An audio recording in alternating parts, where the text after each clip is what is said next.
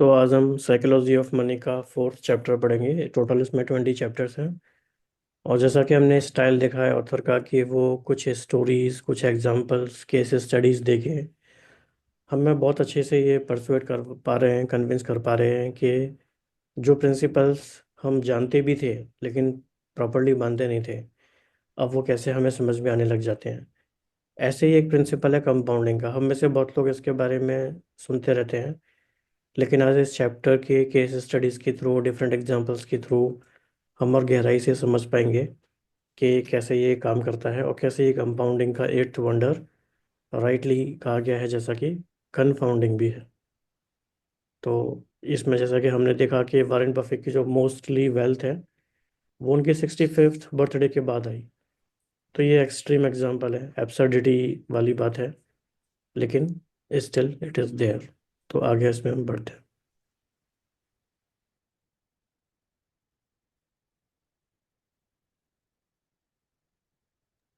Ji, you can read. Lessons from one field can often teach us something important about unrelated fields. Take the billion-year history of ice ages and what they teach us about growing your journey. Our scientific knowledge of Earth is younger than you might think. Understanding how the world works often involves drilling deep below its surface, something we haven't been able to do until fairly recently. जी पीछे वो side चल रही है तो उसका आवाज आ रहा है ना। नहीं, आ नहीं रहा है। अच्छा ठीक है। Isaac Newton calculated the movement of the stars hundreds of years before we understood some of the basics of our planet. It was not until the 19th century that scientists agreed that Earth had, on multiple occasions, been covered in ice. There was too much evidence to argue otherwise. All over the world sat fingerprints of previously frozen world, huge boulders strewn in random locations, rock beds scraped down to thin layers. Evidence became clear that there had not been one ice age, but five distinct ones we could measure. The amount of energy needed to freeze the planet, melt it anew, and freeze it over yet again is staggering. What on earth could be causing these cycles? It must be the most powerful force on our planet. And it was just not in the way anyone expected.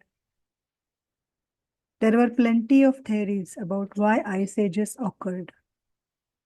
To account for their enormous geological influence, the theories were equally grand. The uplifting of mountain ranges, it was thought, may have shifted the Earth's winds enough to alter the climate.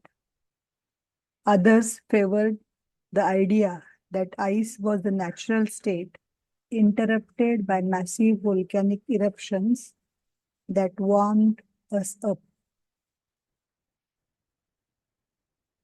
But none of these theories could account for the cycle of ice ages. The growth of mountain ranges or some massive volcano may explain one ice age. It could not explain the cyclical repetition of time.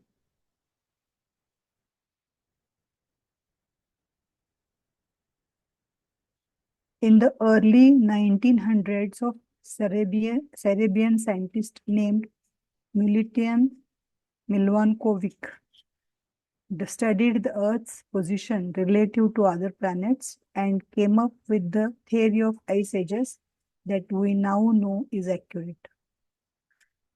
The gravitational pull of the sun and the moon gently affect the Earth's motion and tilt toward the sun. During parts of the cycle, which can last tens of thousands of years, each of the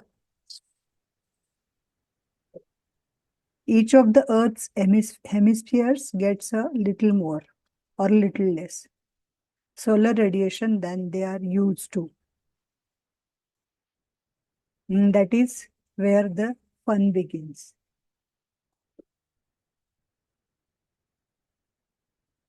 Milankovitch's theory initially assumed that a tilt of the Earth's hemispheres caused ravenous winters, cold enough to turn the planet into ice. But a Russian meteorologist named Vladimir Koppen dug deeper into Milankovitch's work and discovered fascinating nonce. Nonce ही ना भाई भाजी NUANCE nuances अच्छा nuances मतलब nuances मतलब जो और सूक्ष्म बातें हैं, निटी ग्रिटीज हैं उसकी जो, अच्छा मतलब सूक्ष्म से भी सूक्ष्मतर बात क्या निकली। अच्छा fascinating nuance. जैसे nuances of personal finance we are studying. Hmm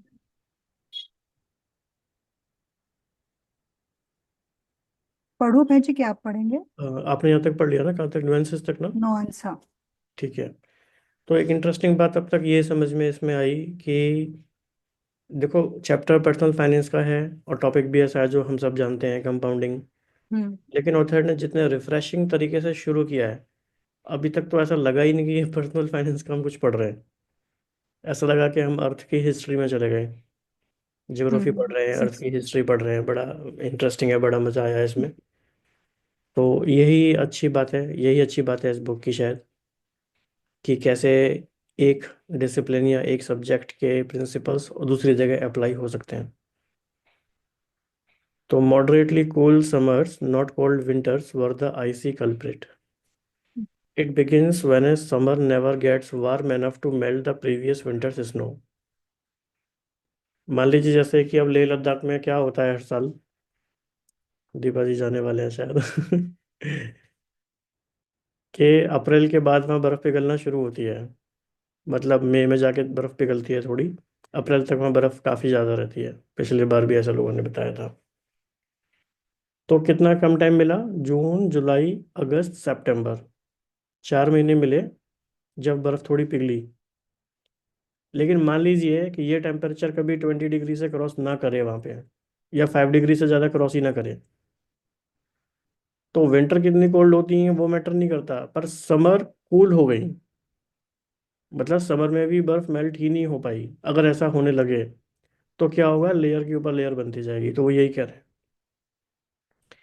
it begins when summer never gets warm enough to melt the previous winter's snow.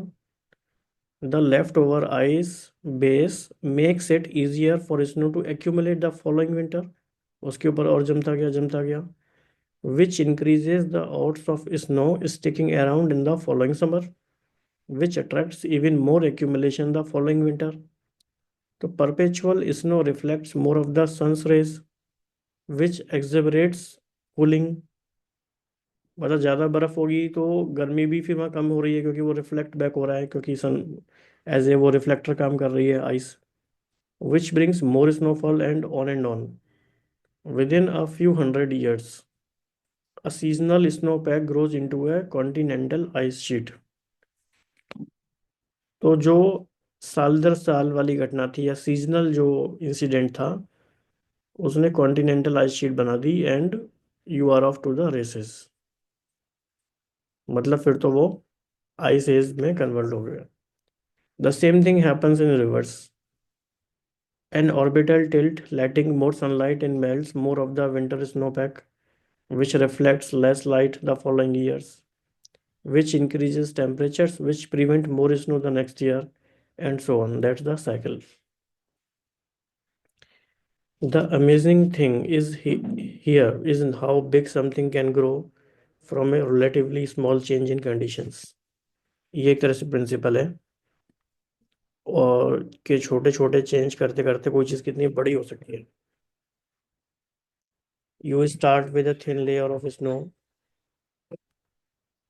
left over from a cool summer that no one would think anything of, and then in a geological blink of an eye. अब हम 1000 साल की बात करें या 1000 साल की या 1 लाख साल की बात करें, अर्थ के लिए तो वो ब्लिंक ऑफ एन आई ही है। जहाँ करोड़ों अरबों साल की बात हो रही है वहां पे तो 100 साल कुछ भी नहीं है, ब्लिंक ऑफ एन आई है। तो entire earth is covered in miles thick ice age glaciologist जीएस, जस्ट अ मिनट।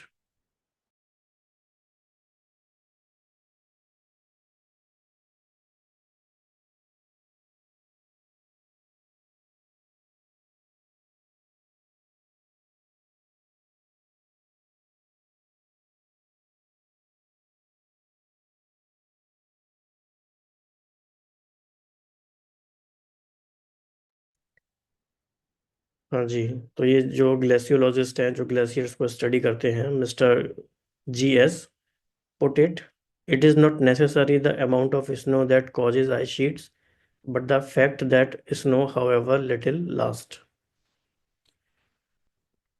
बर्फ ज्यादा थी नहीं ज्यादा थी, उससे ज्यादा मैटर ये किया गया वो ज्यादा टाइम तक चल पाई। A big takeaway from ice ages is that you don't need tremendous force to create tremendous result. क्या बात है। मैंने तो कभी सोचा नहीं था कि इस चैप्टर में ऐसा एग्जाम्पल कोई देगा। तो ये समझ में आया कि ट्रिमेंडस रिजल्ट के लिए ट्रिमेंडस फोर्स नहीं चाहिए, बल्कि छोटा छोटा फोर्स चाहिए। If something compounds, if a little growth serves as the fuel for future growth, a small starting base can lead to results so extraordinary they seem to defy logic. इस chapter की utility इस बात में है कि हम इसको ना सिर्फ आज फाइनेंस के टर्म्स में सोचें, बल्कि इवन जो हम लर्निंग कर रहे हैं, किसी भी प्रकार की लर्निंग, डेली 30 मिनट लर्निंग करना भी कितने रिजल्ट को कंपाउंड कर सकता है। It can be so logic defying that you underestimate what is possible, where growth comes from, and what it can lead to. वाह, सच में बहुत बढ़िया है ये पैराग्राफ पूरा। बहुत ही बढ़िया पैराग्राफ है ये, सही बात। And so it is with money. वो मनी के संग भी है, लर्निंग के संग भी है, हेल्थ के संग भी है, रिलेशनशिप के संग भी है, सब चीज़ों के साथ भी है। तो more than 2000 books are dedicated to how Warren Buffett built his fortune. Many of them are wonderful, but few pay enough attention to the simplest fact. Buffett's fortune is not due to just being a good investor, but being a good investor since he was literally a child. मतलब more than 3 quarters, यानी कि 75 year से ज़्यादा उन्होंने investment किया है। तो compounding के लिए टाइम दिया, यानी बहुत काल का पुरुषार्थ किया। As I write this, Warren Buffett's net worth is $84.5 billion. Of that, 84.2 billion was accumulated after his 50th birthday, and 81.5 billion came after that he qualified for Social Security in his mid 60s. So Warren Buffett is a phenomenal investor, but you miss a key point if you attach all of his success to investing acumen. The real key to his success is that he has been a phenomenal investor for 3 quarters of a century. मतलब किसी भी चीज़ को time देना important है। Had he started investing in his 30s and retired in his 60s, few people would ever even heard of him. Short term के खिलाड़ी नहीं, long term. Consider a little thought experiment. Thought experiment भी एक nice अच्छा term है। So Buffett begins serious investing when he was 10 years old. By the time he was 30, he had a net worth of $1 million or $9.3 million adjusted for inflation. What if he was a more normal person, spending his teens and 20s exploring the world and finding his passion, and by his 30 his net worth was, say, $25,000 only? And let's say he still went on to earn the extraordinary annual investment returns he has been able to generate 22% annually, but quit investing and retired at the age 60 to play golf and spend time with grandkids. What would a rough estimate of his net worth be today? Not 84.5 billion, बल्कि $11.9 million only, 99.9% less than his actual net worth. मतलब कि time factor कितना important है, कहाँ वो 30 years देता और कहाँ उसने 75 years दिए। Effectively, all of Warren Buffett's financial success can be tied to the financial base he built in his pubescent years, जब वो 10-12 साल के थे, and the longevity he maintained in his geriatric years, और जितना लंबा जीवन उन्होंने फिर जिया। His skill is investing, but his secret is time। क्या बात है, ये भी बहुत अच्छा स्टेटमेंट है। His skill is investing, but his secret is time। That's how compounding works। Think of this another way. Buffett is the richest investor of all time, but he has not actually the greatest, at least not when measured by average annual returns। Richest है पर ऐसा नहीं है कि सबसे ज़्यादा उसी ने ही रिटर्न लिया है। For example, Jim Simons, head of the hedge fund Renaissance technologies, has compounded money at 66% annually since 1988। No one comes close to this record। As we just saw, Buffett has compounded at roughly 22% annually, a third as much। मतलब उनसे भी ज़्यादा लोगों ने return लिया है, लेकिन time नहीं था उनके पास। तो Simon's net worth, as I write, is $21 billion। He is, and I know how ridiculously this sounds when the number we are dealing with 75% less than that Buffett। Why the difference? If Simon is such a better investor, because Simon did not find his investment stride until he was 50 years old, he he has had less than half as many years to compound as Buffett। Time comes to simple। If James Simon had earned his 66% annual return for the 70-year span Buffett has built his wealth, he would be worth, please hold your breath, 63 quintillion 900 quadrillion 781 trillion 780 billion 748 million $160,000। Oh my God।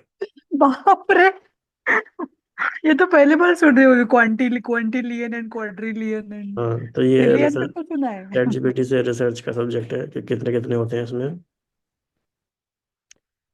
मतलब 66% की rate से और उनको annual return मिलता और उनको 70 year मिल जाते Warren buffet की तरह, तो उनकी वेल्थ इतनी होती। These are ridiculous impractical numbers। The point is that what seem like small changes in growth assumptions can lead to ridiculous impractical numbers।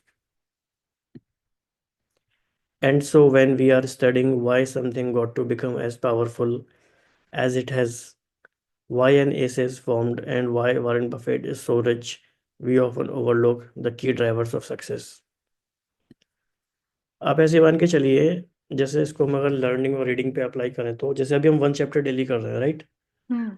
और फेयरली डिसेंट चैप्टर हैं, बहुत छोटे भी नहीं है, बहुत बड़े भी नहीं है, इजी भी नहीं है, बहुत डिफिकल्ट भी नहीं है, मतलब एक एवरेज रिप्रेजेंट कर रहा है ये। और किसी भी बुक में कितने चैप्टर होते हैं ऑन एन एवरेज? 15-20। हम्म। अगर उससे बहुत ज़्यादा होते हैं तो वो चैप्टर छोटे भी होते हैं, तो मान लीजिए कि हम 15 चैप्टर मानते हैं एवरेज एक बुक का। हम्म। यानी आप सोचो कि आपको घर पे कोई रीडिंग का टास्क नहीं दिया जा रहा, आप हम्म। सिर्फ यहाँ पे आके जूम में पढ़ रहे हो सिर्फ आधे घंटे के लिए डेली। आपकी हम्म। मंथ में 2 बुक कवर हो रही हैं अच्छे से, वो भी, यानी कि पूरे साल में आपकी 24 बुक्स कवर हो रही हैं। हाँ। अब इसको हम थोड़ा सा कंपाउंड करके देखते हैं। मान लीजिए कि ये सेशन हम दिन में 2 बार करें, हम्म। दिन में भी कर रहे हैं और शाम को 8 बजे या 7:30 पे करने लगे, जस्ट हाफ एन आवर मोर, तो 24 की बजाय वो बुक्स हमारी 48 हो जाएंगी। Just reading 1 hour half an daily, we can cover 48 books thoroughly।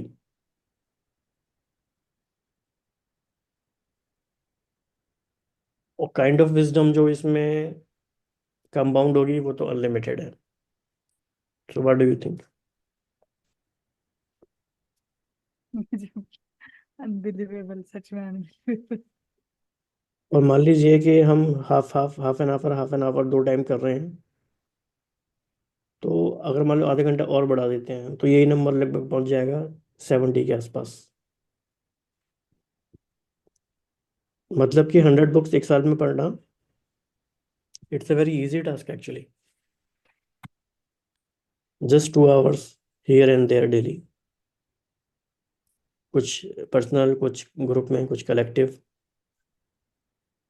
मतलब 24 बुक्स पढ़ना तो आराम से। चाइल्ड्स प्ले है, चाइल्ड्स प्ले है, मतलब हो ही जाएगा जैसे। लेकिन do you see the problem? People are not consistent and for the reasons unknown or the insignificant ones. So I have heard many people say that the first time they saw a compound interest table or one of those stories about how much more you would have for retirement if you begin saving in your 20s versus your 30s changed their life. But it probably didn't. What it likely did was surprise them because the results intuitively did not seem right. Linear thinking is so much more intuitive than exponential thinking. उनको लगता है भाई ठीक है, अच्छा लग रहा है, पर कैसे होगा? If I ask you to calculate 8 + 8, how many times? 10 times in your head, sorry 9 times. You can do it in a few seconds. It's 72. If I ask you to calculate 8 into 8 9 times, your head will explode. It's 134 to 17728. तो ये है linear जो plus हो रहा है, और जो multiply हो रहा है ये है एक्सपोनेंशियल। एक्सपोनेंशियल। तो कंपाउंडिंग इफेक्ट ऐसे काम कर रहा है।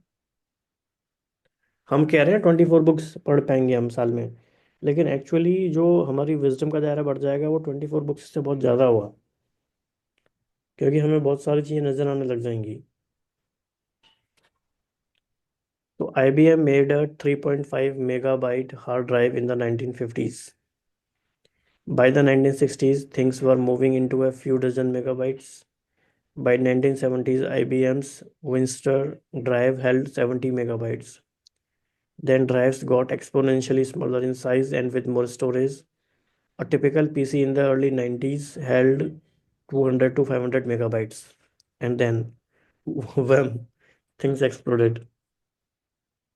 99. Apple's iMac come with 6 gigabyte hard drive. 2003. 120 gigabyte on the Power Mac. 2006. 250 gigs on new iMac. 2011. First 4 terabyte hard drive. 2017. 60 terabyte. 2019. 100 terabyte hard drives. Put that all together. Put that all together. From 1950 to 90s, we gained 296 megabytes. From 90s through today, we gained 100 million megabytes. बाप रे। Means शुरू में change slow ही लगता है काफ़ी time तक, लेकिन फिर जिस तरह से वो एक्सपोनेंशियल ग्रोथ होती है वो बहुत फास्ट होती है। So if you are a technology optimist, ये भी एक अच्छा टर्म है, in the 1950s you may have predicted that practical storage would become 1000 times larger, maybe 10,000 times larger if you were swinging for the fences. Few would have said 30 million times larger within my lifetime. But what? But that's what happened. मतलब कोई कितना ही सोच लेगा कि storage कितनी बढ़ जाएगी, 10,000 times, 1,000 times, लेकिन यहाँ तो बढ़ गई 30 million times with in life time. For example, जैसे अभी हम कहें कि वंदे भारत की स्पीड या कोई भी ऐसी ट्रेन है सुपर फास्ट इंडिया में, अभी हम मान लो कह दें कि 500 किलोमीटर पर आवर, तो चलो फिर भी हम मान लेते हैं कि ठीक है। और कोई हमसे कहे कि 10,000 किलोमीटर पर आवर कोई ट्रेन चल सकती है, तो क्या अभी हम बिलीव करेंगे? इम्पॉसिबल लगता है। लेकिन हो सकता है ऐसा अगले 100 साल में भी हो जाए। तो ये काउंटर इंट्यूटिव है, मतलब कि ऐसा लगता नहीं कि हो जाएगा। तो कंपाउंडिंग का नेचर कैसा है? Counter counter intuitive. Intuitive. It leads even the smartest of us to overlook its power. In 2004, Bill Gates criticized the new Gmail, wondering why anyone would need a gigabyte of storage. Author Stephen Levy wrote, despite his currency with cutting edge technologies, his mentality was anchored in the old paradigm of storage being a commodity that must be conserved. You never get accustomed to how quickly things can grow. अब जैसे AI जो आया है ना, और जिस तरह से चेंजेस हो रहे हैं, तो लोग समझ नहीं पाएंगे, लेकिन बहुत ही बड़े बड़े कंपाउंडिंग चेंज हो जाएंगे उनके लाइफ टाइम में भी। एक ऐसा जमाना था हमारी टाइम में कि हम लोग फोन उठा के रिसीवर पे बात करते थे, फोन एक जगह फिक्स होता था। अब कितनी चीज़ें चेंज हो गई लाइफ टाइम में, तो ऐसा बहुत कुछ चेंज होगा अभी। So danger here is that when compounding is not intuitive, we often ignore its potential and focus on solving problems through other means. तो हम इसकी पोटेंशियल को इग्नोर कर रहे हैं। एआई के साथ भी यही हो रहा है। Not because we are overthinking, but because we rarely stop to consider compounding potential. तो कंसिडर करना ही है। None of the 2000 books picking apart, ये आज का क्वेश्चन है गूगल फॉर्म में। पिकिंग अपार्ट का अच्छा। क्या मीनिंग है?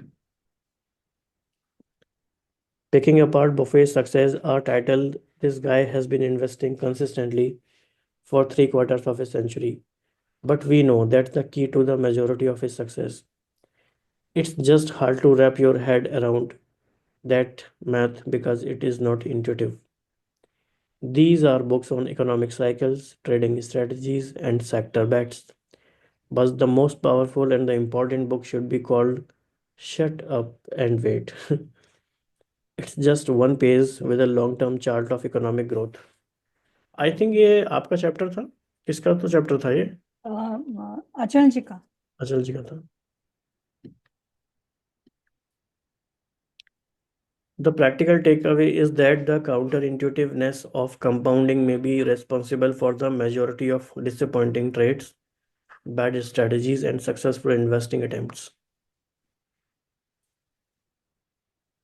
You can't blame people for devoting all their effort in what they learn and what they do to trying to earn the highest investment returns. It intuitively seems like the best way to get rich. But good investing is not necessarily about earning the highest returns, because the highest returns tend to be one-off hits that cannot be repeated.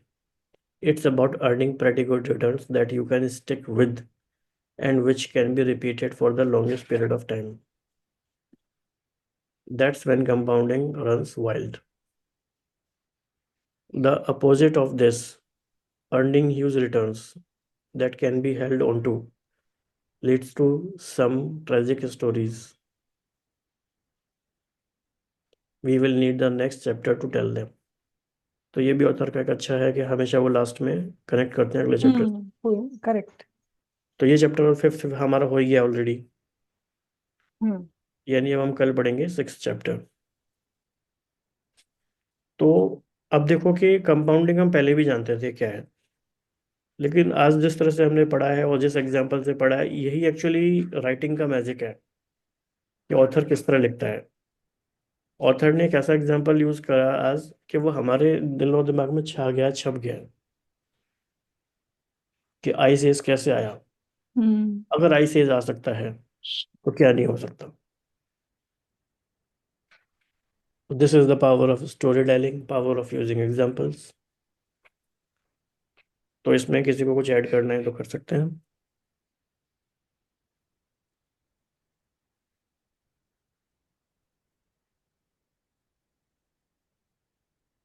Otherwise फिर हम अभी next Pomodoro session की तरफ चलते हैं। Pomodoro session करते हैं। जी भाई जी।